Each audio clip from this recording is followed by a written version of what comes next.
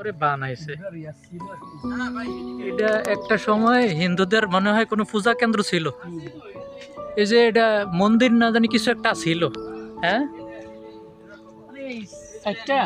তার মানে এই সাইডটা হিন্দুরার। এই জিনিসটা কিন্তু হিন্দুদের। এই যে আগুনে পুরার একটা ইয়ে করছে। এই যে, আরে খাইছে ব্রিজটা তো দারুণ করছে। ও আচ্ছা, এখানে বসার জায়গা করছে না লাশ রাখার জায়গা করছে, আল্লাহ ভালো জানে। আই থিঙ্ক এটা মানে মরা রাখার জায়গা করছে, বসার জায়গা না, বসার জায়গা না, এটা মরা রাখার জায়গা করছে। ওই যে সিরিয়াল থাকে তো, অনেক সময় সিরিয়াল থাকে না, সিরিয়াল থাকে, হ্যাঁ ও 100 বছর আগের। তার মানে এই গ্রামটা একটা সময় হয়তো বা হিন্দুদের ইয়া ছিল, হ্যাঁ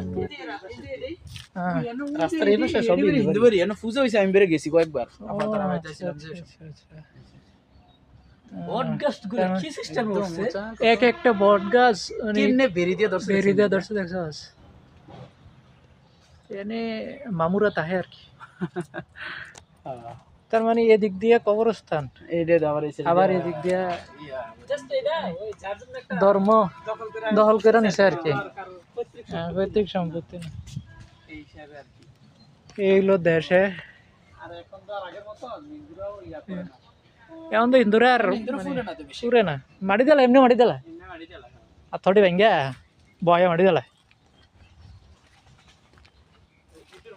এই জায়গাটা এতটা শুনশান যে একলা রাতের বেলা যদি আইয়া না ভাই, মানে একটা গুনগুনানি ঠেলায়।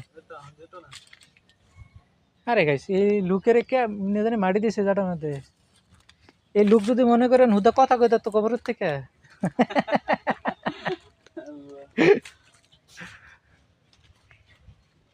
আমার কাছে স্বপ্ন না, আমি একটা জিনিস চিন্তা করেন হানিফ ভাই, মনে করেন এখন এই অবস্থায় সারুফাইল মোটামুটি মানে ইয়ে আছে, বাড়িঘর আছে, কিন্তু এইটা যখন মানে প্রতিষ্ঠিত হয়েছে আমার মনে হয় ওই সময় এদিক দিয়ে রাস্তাটাও ছিল না। রাস্তা থাকবো, এটা মনে হতো একটা আইলা ছিল, হ্যাঁ মেটোপথ ছিল, ওইটা দিয়ে করছে। অবশ্যই, কিন্তু আমি আমাদের পাক্কা দেখছি। আমি আমার কাছে লাস্ট 1-1.5 মাস আগে তো এসে গেছে না।